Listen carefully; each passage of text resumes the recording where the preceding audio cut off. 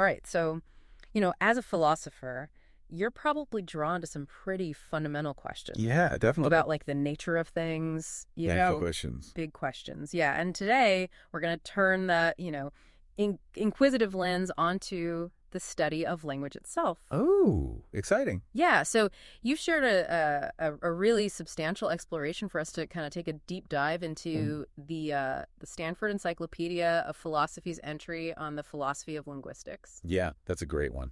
It is, and it's dense. It is so much to unpack. Yeah, so our mission today is to unpack, what's most philosophically rich in there, and maybe even what's surprising. I think there will be some surprises in there for sure. I think so too, and especially for, someone who grapples with questions of mind reality knowledge. Yeah. We're really diving into how linguists approach these very domains through the lens of language. It's really fascinating how these two fields kind of come together. They do. It's almost like they're two sides of the same coin in a way. I think so, yeah. Because you can't really talk about the mind without talking about language and vice versa. You can't. And this entry, really lays that out. I mean, the sheer breadth of linguistics as a field It's huge. is huge. It's not just, sentence diagramming and memorizing vocabulary. Right. It's so much more than that. It's the architecture of language, how it relates to our minds, our societies, even its origins. Isn't how it evolved, yeah. Evolution, yeah. So the entry highlights these three broad theoretical approaches that linguists tend to gravitate towards. And we want to kind of lay these out right at the beginning. Okay. So we've got externalism, Yeah. emergentism, Yeah. and essentialism. Three big ones. Three big ones. And for you, thinking about different schools of thought in philosophy, these represent like fundamentally different ways of framing Absolutely. the central questions about language. Yeah, and I think it's helpful to think of these as different perspectives, almost like they're looking at different facets of this really complex crystal. Yeah. And each facet illuminates, different philosophical angles. Yeah. They're all looking at the same thing, but from different perspectives. Yeah. So let's start with externalism. Okay. What's the core idea here? And, maybe more importantly for you as a philosopher, what philosophical traditions might it kind of resonate with? So externalism really focuses on language as something observable, as something out there. Okay. So the primary data for externalists are actual utterances, the kinds of things you'd find recorded in these massive collections called corpora. So like recorded conversations, written texts. Exactly. Yeah. So think of it like this is their empirical data set for language. Mm-hmm. And this aligns really well with philosophical empiricism. Okay. The idea that knowledge comes primarily from sensory experience. Right. So it's data driven. Very much so. Yeah. Okay. And the entry even quotes André Martinet. Oh, yeah. Who emphasizes that for structuralists, which is kind of a subcategory under externalism. Nothing is truly linguistic unless it's somehow manifested between a speaker and a listener. Right. So it has to be observable. It has to be out there. Out there, yeah. Yeah, so it's all about what can be publicly observed and analyzed. And I think, with that kind of emphasis on data, they've also developed techniques to analyze those massive amounts of data. Oh, absolutely. Yeah. Yeah. They look for patterns. Yeah. They try to understand the structure of language based on these massive data sets. Right. And that really took off once we had the computing power. Oh, yeah. To analyze Absolutely. those huge data sets. Yeah, we needed computers to really make sense of all that information. And now it's really having a resurgence in computational linguistics. Huge resurgence. Yeah. Yeah, I mean, that's basically what all these large language models are doing. Right. They're analyzing massive amounts of text and trying to find patterns. Right. And for a philosopher, thinking about this approach to language, what kind of questions or issues does that raise? Well, I think one of the big ones is the problem of induction. Okay. How can we go from these finite sets of observed data to these really broad theories about language? So we're observing all this data, but how do we know that actually reflects? Yeah, how do we know it's not just a fluke? Right. And how much data is enough data? Right, exactly. To draw those conclusions. Yeah. Yeah, that's a huge question for philosophers of science in general. Absolutely. Yeah. So I imagine this view, this externalist view has its detractors. Oh, for sure. Particularly people coming from a more mentalist perspective. Yeah, the essentialists in particular really take issue with this idea of shying away from internal mental states. So they would say you can't just look at the external data. Right. You have to understand what's going on in the mind. You have to look at the mind. Yeah. Okay. And, there's a great example of this with Leonard Bloomfield, Oh, yeah. who was a major figure in American structuralism.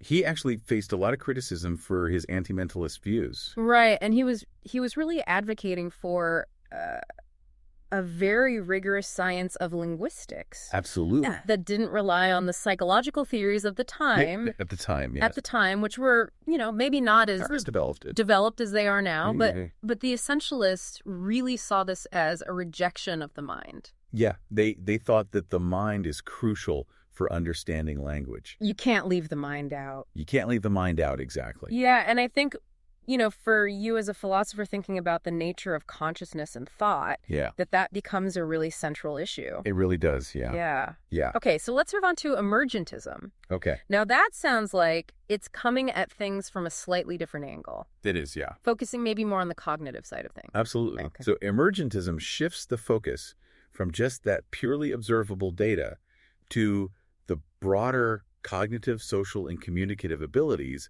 that give rise to language. So they're looking at where language comes from. Exactly. Okay. Yeah, they see it as something that emerges from our general intelligence and our need to interact with each other. And how does that kind of perspective align with different views in philosophy? Well, it aligns really well with views that see the mind as really interconnected and adaptive. Right. So the mind isn't this isolated thing. It's we're part of the larger system. part of the system. Yeah. Okay. Yeah. So less about just analyzing a static collection of utterances. Right. And more about understanding those dynamic processes. Absolutely. That give rise to language. Yeah. They want to know how it works. Right. And for you, this might bring to mind questions about agency. Yes. Definitely. And the role of interaction in shaping our understanding. It's not just about what's in our heads. Right. It's about how we interact with the world and with each other. And the entry mentions Sapir, right? Yeah. And his view of language as a cultural or social product. Right. He really emphasized the social aspect of language. Yeah. So that really highlights the emergentist interest in language variation, right? How language differs across social groups. Yeah. And this is a big area in sociolinguistics. Yeah.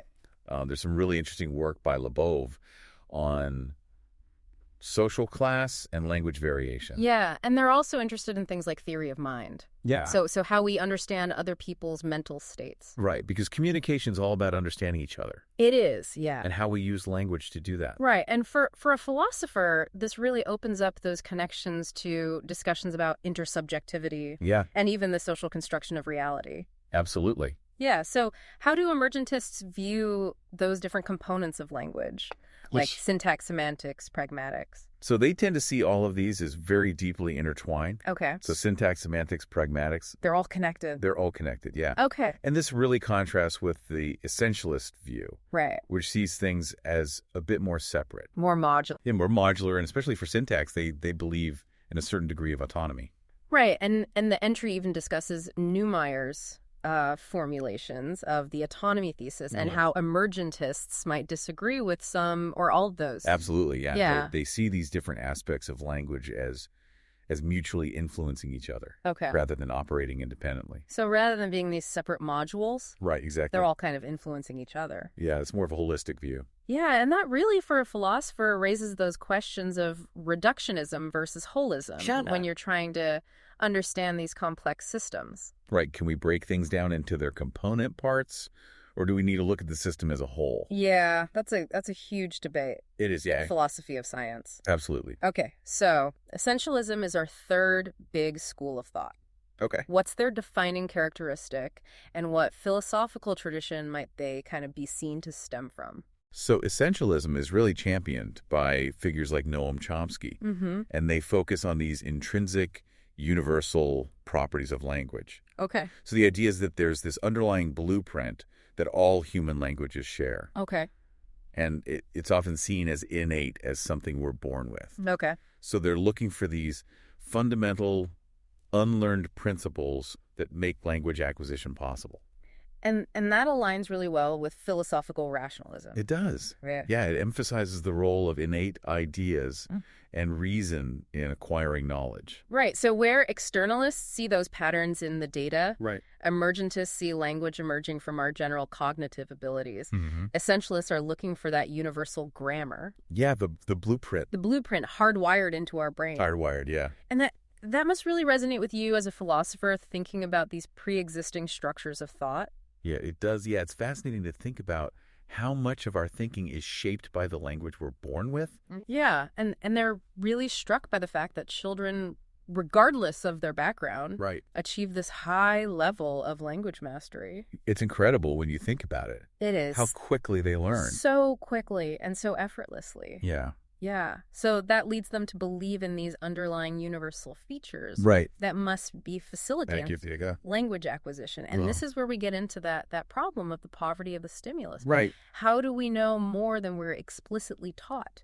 Yeah, it's a classic philosophical problem. Yeah. And essentialists think that innate knowledge is the answer. Okay. So what about meaning then? Okay. In the essentialist framework, because the entry mentions Chomsky's view. Yeah, and it's an interesting one. It is.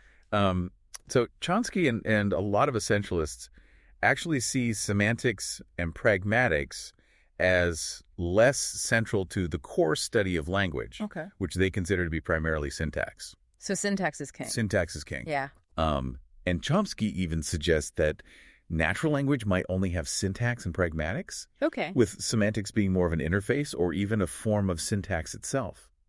Whoa. So meaning is almost like this. Yeah, it's like secondary. Yeah, or even like a byproduct of the syntax. Wow, and that really prioritizes the structural aspects of language. It does. Right, Yeah. and I think for you as a philosopher, that must raise some interesting questions about the relationship between form and content. It does. Yeah, it makes Yeah. you wonder if our understanding of the world is shaped by the structure of our language or if it's the other way around. Like which comes first? Exactly. Yeah, and the entry gives this great illustration of this with Larson's generative analysis of double object clauses. Right. And this is where we get into the nitty-gritty of essentialist methodology. Yeah, the nuts and bolts. The nuts and bolts involving these underlying structures, derivations, transformations. Yeah, it gets a little technical. They do. But it's really fascinating. It is, and it's often represented with these tree diagrams, which I think, for people who aren't linguists can be a little Intimidating. Yeah. So can you break down what's going on there and maybe draw a philosophical analogy? Sure. So think of a tree diagram as like a visual representation of a sentence's structure. Okay. So the nodes are different syntactic units like noun phrases, verb phrases, and the lines show how they relate to each other, like which one is a subpart of another. So it's hierarchical? Exactly. Yeah, go. And the order from left to right kind of reflects the order of the words in the sentence. Okay. So Larson's analysis, for example, proposes an underlying structure for sentences like showed my pass to the guard, where the direct object, my pass, actually comes before the verb showed in this underlying structure. Right.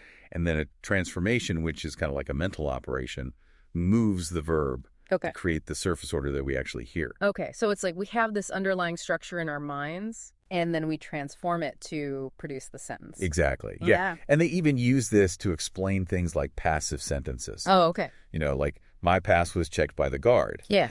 They see that as having a similar underlying structure to its active counterpart, but with movement transformations that explain the differences. So it's like they're trying to find this deep logical form that underlies everyday language. And that requires a process of analysis to uncover. Yeah.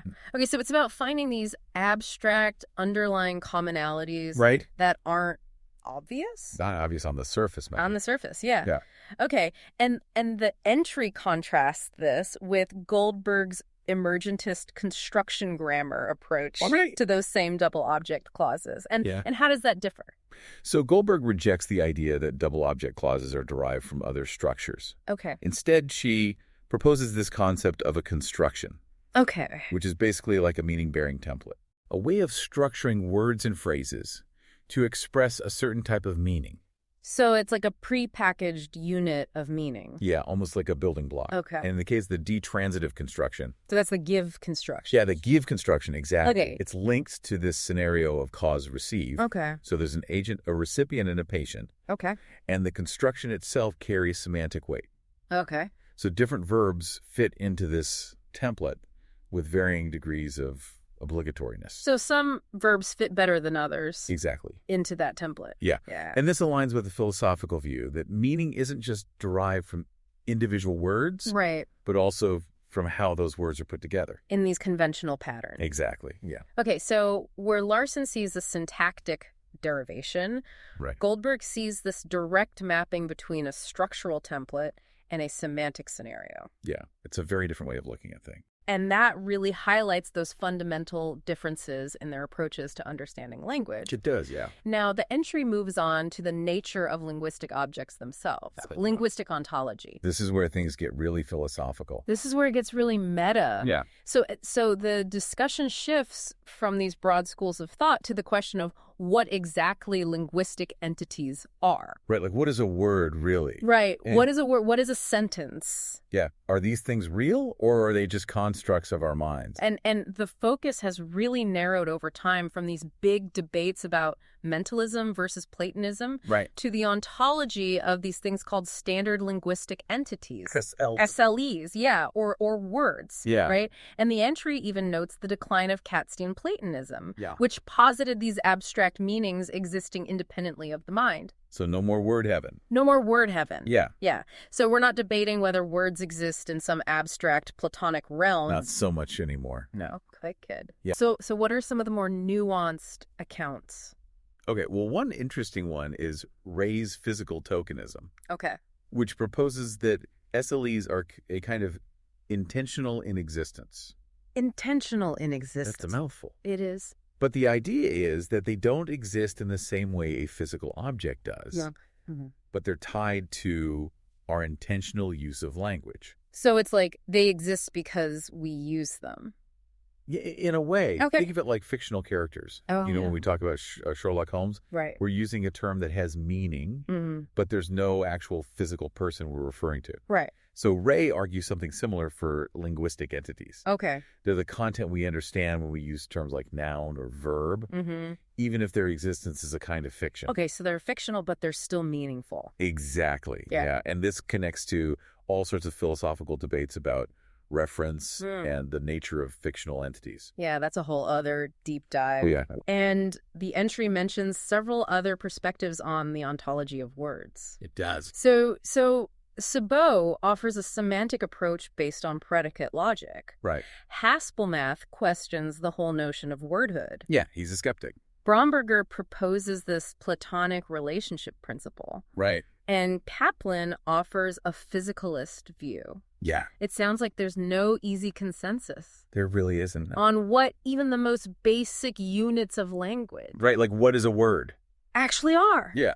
Yeah, and that must have implications for linguistic research. It does. Because if you don't even know what you're studying, Right. how can you study it? Exactly. And the entry emphasizes that these ontological views don't neatly align with the externalist, emergentist, and essentialist groupings. Right. You could be an externalist and believe in physical tokenism, Right. or you could be an essentialist and believe in some kind of Platonic view of words. So it's a separate question. Separate question, yeah. Okay, let's move on to the role of meaning then. Okay. Semantics and pragmatics. We touched on this a bit earlier, but let's dig a little deeper Sure. into how these different schools conceive of meaning itself. Okay. So as we mentioned, Chomsky and some other essentialists are pretty skeptical about separating linguistic meaning from broader beliefs. Right. And they even suggest that semantics is just a form of syntax. Yeah, it's all about structure for them. Yeah. So for them, understanding a sentence is more about understanding its syntactic structure than its meaning. Yeah. Which kind of contrasts with our intuitive experience of language, It does. right? Where meaning seems so central. It does, yeah. But they would argue that that's just an illusion, Okay. that the real work is being done by the syntax. So meaning is almost like this byproduct of the syntax. Yeah, or maybe even an afterthought. Wow, okay. And Right. and other essentialists, they do believe in a separate semantic component. Right. Not all on the same page. Not all on the same page. Yeah. And it's often a truth theoretic kind of approach. Yeah, so they try to define meaning in terms of truth conditions.